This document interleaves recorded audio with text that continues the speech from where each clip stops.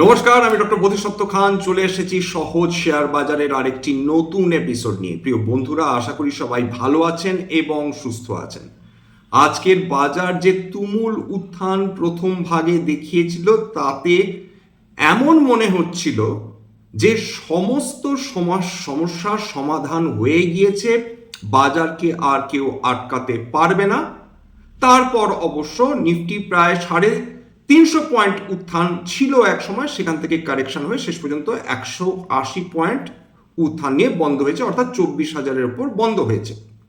খুব ভালো কথা, কিন্তু প্রশ্নটা হচ্ছে সমস্যা মিটল কি? জিওপলিটিক্যাল টেনশনসগুলো কি কমে গেল? খেলা জমে গিয়েছে? না, ইরান আমেরিকার মধ্যে যে যুদ্ধ শুরু হয়েছিল সেখানে আপাতত কোনো শান্তি প্রস্তাব হয়নি বা শান্তি চুক্তি স্বাক্ষরিত হয়নি, কেবলমাত্র যুদ্ধবিরতি চলছে। খেলা জমে গেছে অন্য জায়গায়, অর্থাৎ তেলের বাজারে খেলা জমে গিয়েছে এবং খেলাটা খেলে দিয়েছে ইউনাইটেড আরব এমিরেটস। কি করেছে ইউনাইটেড আরব এমিরেটস শুনুন। Organization of petroleum exporting countries, OPEC, তাতে 12টি দেশ রয়েছে, যার মধ্যে অধিকাংশ দেশ মধ্যপ্রাচ্যের। ওপেক প্লাসের মধ্যে 22টা দেশ রয়েছে, যার মধ্যে রাশিয়া, নাইজেরিয়া প্রভৃতি দেশ ছিল। ইউনাইটেড আরব এমিরেটস তারা এই ওপেক থেকে বেরিয়ে চলে এসেছে। ওপেকের ফাউন্ডিং মেম্বার, অর্থাৎ যাকে বলা যায় একটি স্তম্ভ ছিল ইউনাইটেড আরব এমিরেটস, এবং যত অয়েল এই প্রডিউসার্স রয়েছে অর্থাৎ বিভিন্ন দেশ, তাদের মধ্যে চতুর্থ সবচেয়ে বেশি উৎপাদন করে থাকে United Arab Emirates. United Arab Emirates বেরিয়ে এলো এই যে গ্রুপটা ছিল সেটাকে ভেঙে। তার কারণ তীব্র অসন্তোষ তৈরি হচ্ছিল ইউনাইটেড আরব এমিরেটসের মনের মধ্যে।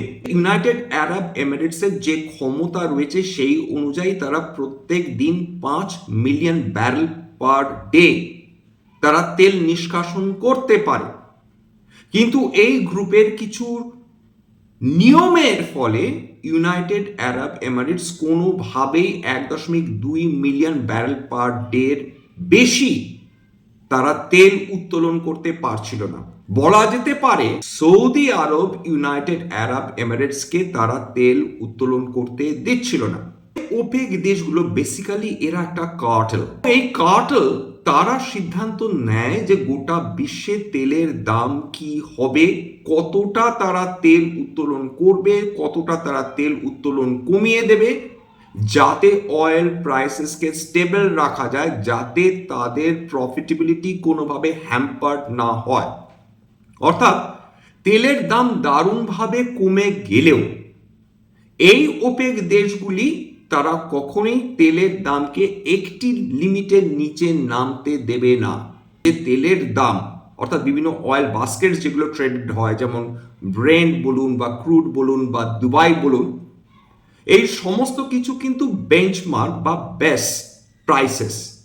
বিভিন্ন দেশ তাদের মতন করে একটা প্রিমিয়াম চার্জ করে থাকে প্রত্যেক ব্যারেল তেলের ওপর। অর্থাৎ যদি ব্রেন্ট ক্রুড বর্তমানে $113 প্রতি ব্যারেল চলে, সেক্ষেত্রে সৌদি আরব তারা চার্জ করবে প্রায় $131 প্রতি ব্যারেল। ভারতবর্ষের পক্ষে কি সাংঘাতিক বিপদ হয় এর ফলে, বুঝতে পেরেছেন? ব্রেন্ট ক্রুড $114 প্রতি ব্যারেল ছাড়িয়ে গিয়েছে, 3.3% উত্থান। কালকের প্রায় 3% উত্থান নিয়ে ট্রেড করছিল।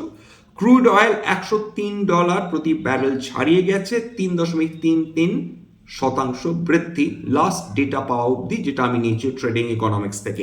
ইউনাইটেড আরব এমিরেটস কি কারণে তারা এই গ্রুপটা ছাড়লো? তাদের বক্তব্য অনুযায়ী সৌদি আরব তাদের যথেষ্ট পরিমাণ তেল উৎপাদন করতে দিচ্ছে না, বেশি দামে বিভিন্ন দেশ কিনতে বাধ্য হচ্ছে। ইউনাইটেড আরব এমিরেটস বলল যে দেখুন, আমরা আমাদের ইচ্ছে মতন তেল বিক্রি করতে পারছি না, আমরা ইচ্ছে মতন আমাদের তেল উত্তোলন করতে পারছি না, আমরা আমাদের দাম ঠিক করতে পারছি না, অর্থাৎ যে দামে আমরা বিভিন্ন দেশকে বিক্রি করব। ইউনাইটেড আরব এমিরেটসের এই সিদ্ধান্ত বুঝিয়ে দিচ্ছে এবং তারা সেটা স্টেট করেছে যে সামনে 30 বছর থেকে 40 বছরের মধ্যে তেলের ব্যবহার আদেও থাকবে কিনা সেটার ব্যাপারে ইউনাইটেড আরব এমিরেটস দারুণ চিন্তিত। তারা বলছে যে দেখুন, আমাদের 1.2 মিলিয়ন ব্যারেল পার ডে তেল উত্তোলন করে লাভ নেই। সামনের 20-30 বছরে যদি পেট্রোল বা ডিজেলের ব্যবহারই না থাকে বা ক্রুড অয়েলের দাম যদি ব্যবহার নাই থাকে, সেক্ষেত্রে আমরা যে তেলের সমুদ্রের উপর বসে রয়েছি সেই তেল দিয়ে আমরা করবোটা কি?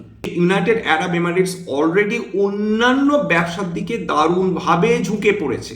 রিয়েল এস্টেট ব্যবসা, আর্টিফিশিয়াল ইন্টেলিজেন্স ব্যবসা, ট্যুরিজম, সমস্ত কিছুতে তারা ডাইভার্সিফাই করছে, কারণ তারা জানে এই অয়েল ইকোনমি বেশি দিন টিকতে পারে না। যত তাড়াতাড়ি সম্ভব তারা যাতে তাদের জমির তলায় যত তেল আছে সেটাকে নিঃশেষ করতে পারে, তার কারণ আমরা ইনভেরিয়েবলি ইলেকট্রিক ভেহিকেলসে আমরা ট্রানজিশন করতে আমরা বাধ্য হব।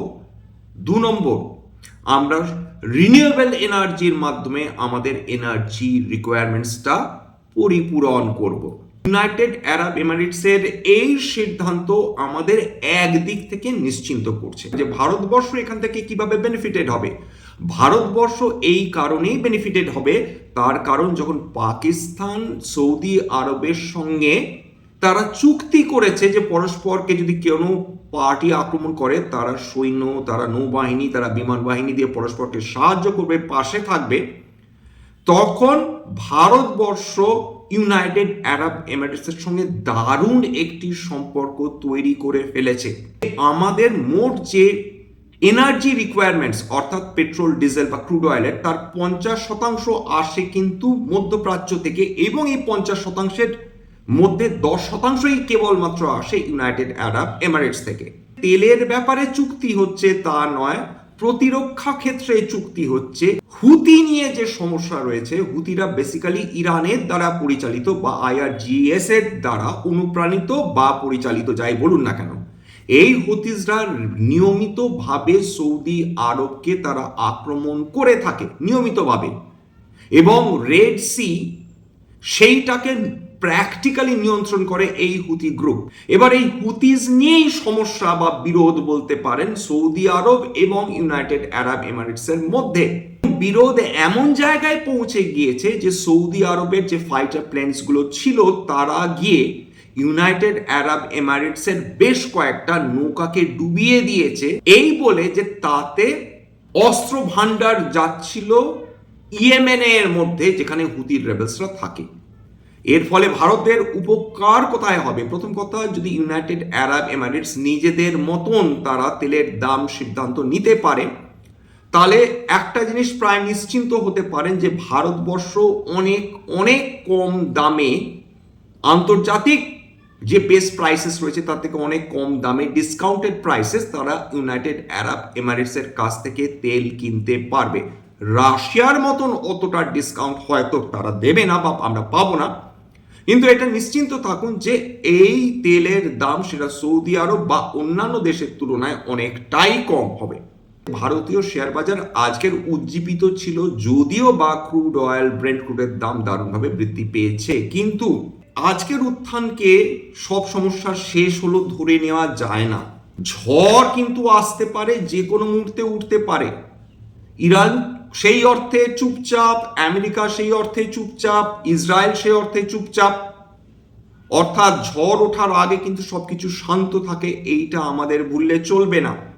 ব্রেন্ট ক্রুডের দাম যদি $113 প্রতি ব্যারেল দাঁড়ায়, অলরেডি বিভিন্ন তেল কোম্পানি তারা প্র্যাকটিক্যালি হাত তুলে দিচ্ছে, বলছে যে আমরা এইভাবে সামলাবো কি করে, এবং এটা মাসের পর মাস তো চলতে পারে না এইভাবে। আমাদের কয়েকশো কোটি টাকা করে প্রত্যেক দিন লস হচ্ছে revenue. Aviation turbine fuel, airlines গুলো বলছে আমাদের পক্ষে প্র্যাকটিক্যালি এখন অসম্ভব, এই দামে তেল কিনে আমরা চালাতে পারবো না, কারণ এয়ার টারবাইন ফুয়েল এমনি সাধারণভাবে ব্যবহার করা পেট্রোল বা ডিজেলের থেকে অনেক বেশি দাম হয়। তার কারণ এটা অতি উৎকৃষ্ট মানের তেল, যেটা কেবলমাত্র এয়ারলাইন্সে ব্যবহার করা হয়। বিভিন্ন এয়ারলাইন্স যেগুলো মধ্যপ্রাচ্যে রেগুলার ফ্লাইটস নিত কয়েকশো, সেইগুলো বন্ধ হয়ে গিয়েছে, অর্থাৎ এয়ারলাইন্স দারুণভাবে ভুগে চলেছে। ভারতবর্ষকে আজকের দিনে আরেকটা ব্যাপার ভরসা দিয়েছে, বেশ কিছু কোম্পানি তারা দারুণ ফলাফল করেছে, প্রত্যাশার তুলনায় ভালো ফলাফল করেছে। উদাহরণ হিসেবে বলা যেতে পারে যেমন এনভি ফটোভোল্টেক, রিনিউয়েবল এনার্জি সেক্টরের অংশ, এদের প্রফিট 207 কোটি টাকা ছিল মার্চ 2025 কোয়ার্টারে, সেটা এক লাফে বৃদ্ধি পেয়ে দাঁড়িয়েছে 392 কোটি টাকা। আজকে 6.82% উত্থান দেখেছে MV photovoltaic cell. Garden Reach shipyard সেটা আজকের এক সময় 16% ওপর উত্থান নিয়ে ট্রেড করেছিল। আউটস্ট্যান্ডিং রেজাল্ট বিগত কয়েকটা কোয়ার্টারে, 13 কোয়ার্টারের মধ্যে সর্বসেরা। 244 কোটি টাকার প্রফিট ছিল মার্চ 2025 কোয়ার্টারে, সেটা মার্চ 2026 কোয়ার্টারে বৃদ্ধি পেয়ে 303 কোটি টাকা দাঁড়িয়েছে। সমস্ত শিপ বিল্ডিং কোম্পানিজগুলো আজকের একেবারে ঊর্ধ্বমুখী ছিল। গার্ডেন রিচ শিপইয়ার্ড বা শিপ বিল্ডার্স 6.88% বৃদ্ধি পেয়ে বন্ধ হয়েছে। ম্যাসগাঁও ডক 3.29% উত্থান নিয়ে বৃদ্ধি হয়েছে। কোচিন শিপইয়ার্ড 4.71% উত্থান নিয়ে বন্ধ হয়েছে। অর্থাৎ ভালো রেজাল্ট যে কোম্পানি করছে তারা ভালো পারফরমেন্স করে চলেছে। আমি স্টক পারফরমেন্সের কথা বলছি। বন্ধন ব্যাংক বিগত 2-3 বছর ধরে এত আন্ডার পারফর্ম করেছে, এত খারাপ রেজাল্টস করে যাচ্ছিল কোয়ার্টার আফটার কোয়ার্টার, সেটা আজকে ফাটিয়ে দিয়েছে বলা যেতে পারে।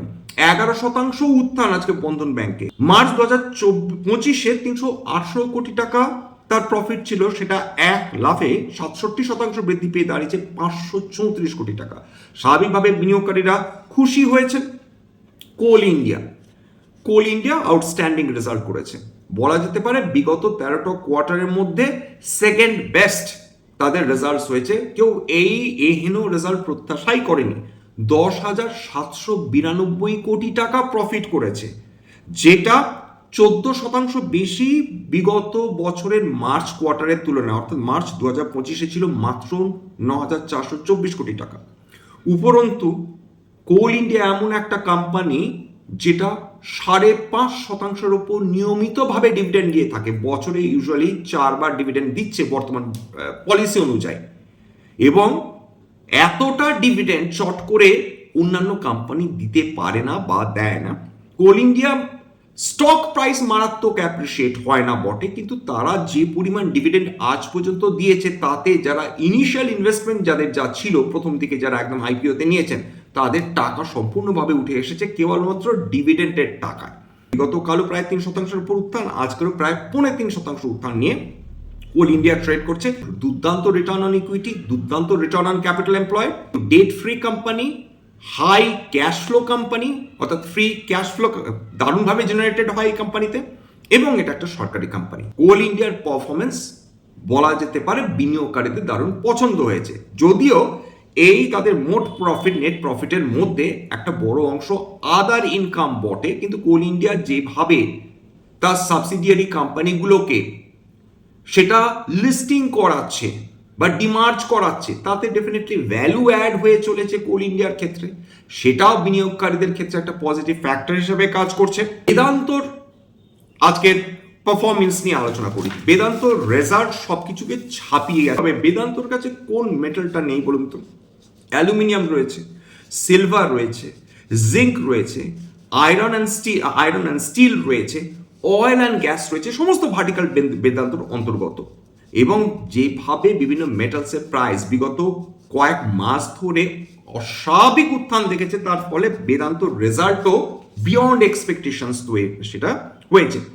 89% তাদের প্রফিট বেড়েছে ইয়ার অন ইয়ার। মুখের কথা, 9,352 কোটি টাকা তাদের নেট প্রফিট এই বছরে, এই মার্চ কোয়ার্টারে। তার ফলে আজকে বেদান্তর শেয়ারে প্রায় 4%-এর কাছাকাছি উত্থান এসেছে। শুধু তাই না, বেদান্তর আরেকটা ভালো খবরও বিনিয়োগকারীদের ইমপ্রেস করেছে, যে তারা 5টা আলাদা আলাদা কোম্পানিতে ভেঙে যেতে চলেছে, এবং যারা বিনিয়োগকারী অলরেডি এক্সিস্টিং যারা শেয়ার হোল্ডার্স বেদান্ততে, তারা এর ফলে লাভ করবেন। অর্থাৎ যাদের কাছে বেদান্ত আছে তারা অতিরিক্ত আরও 4টি কোম্পানির তারা শেয়ার বিনামূল্যে পাবেন। ভালো কোম্পানি ভালো পারফরমেন্স করছে, মার্কেট তাকে পুরস্কৃত করছে। ভালো কোম্পানি খারাপ রেজাল্ট করছে, ভারতীয় শেয়ার বাজার তাকে তিরস্কৃত করছে, সেখানে বিক্রি বাটা চলছে। এটা বারবার প্রমাণ হয়, যতই জিও পলিটিক্যাল টেনশন থাকুক, অর্থনীতি যত খারাপ করুক, যদি কোম্পানি ভালো পারফরমেন্স করে, বাজার তাকে ঠিক সময় পুরস্কৃত করে তার শেয়ার প্রাইস অ্যাপ্রিসিয়েশনের মাধ্যমে। স্ট্যান্ডার্ড ডিসক্লোজার যে কোম্পানিগুলো নিয়ে আলোচনা করলাম, হতে পারে তাতে আমার বা আমার পরিবারের ভেস্টেড ইন্টারেস্ট থাকলেও থাকতে পারে। ভবিষ্যতে যদি নতুন করে কিনি বা বিনিয়োগ করি, আগাম বিজ্ঞপ্তি দিয়ে কিনতে বা বিক্রি করতে পারবো না। স্ট্যান্ডার্ড ডিসক্লেমার, এটা কেবলমাত্র একটা এডুকেশনাল চ্যানেল। বাঙালি বিনিয়োগকারীদের ইনভেস্টার অ্যাওয়ারনেস বৃদ্ধির জন্য এখানে কোনো ধরনের কোনো শেয়ারের buy sell, recommendation, suggestion, advice এমনকি ইনফ্লুয়েন্স করার প্রচেষ্টা নেই। আমার কথা শুনে যদি কোনো শেয়ারে বা কোনো অ্যাসেটে বাই সেল সিদ্ধান্ত নেন, ক্ষতির মুখোমুখি হতে পারেন। সুতরাং সবসময় একজন সেবি রেজিস্টার্ড ইনভেস্টমেন্ট অ্যাডভাইসারের পরামর্শ নেওয়ার চেষ্টা করবেন বা নিজে ডিউ ডিলিজেন্স করবেন।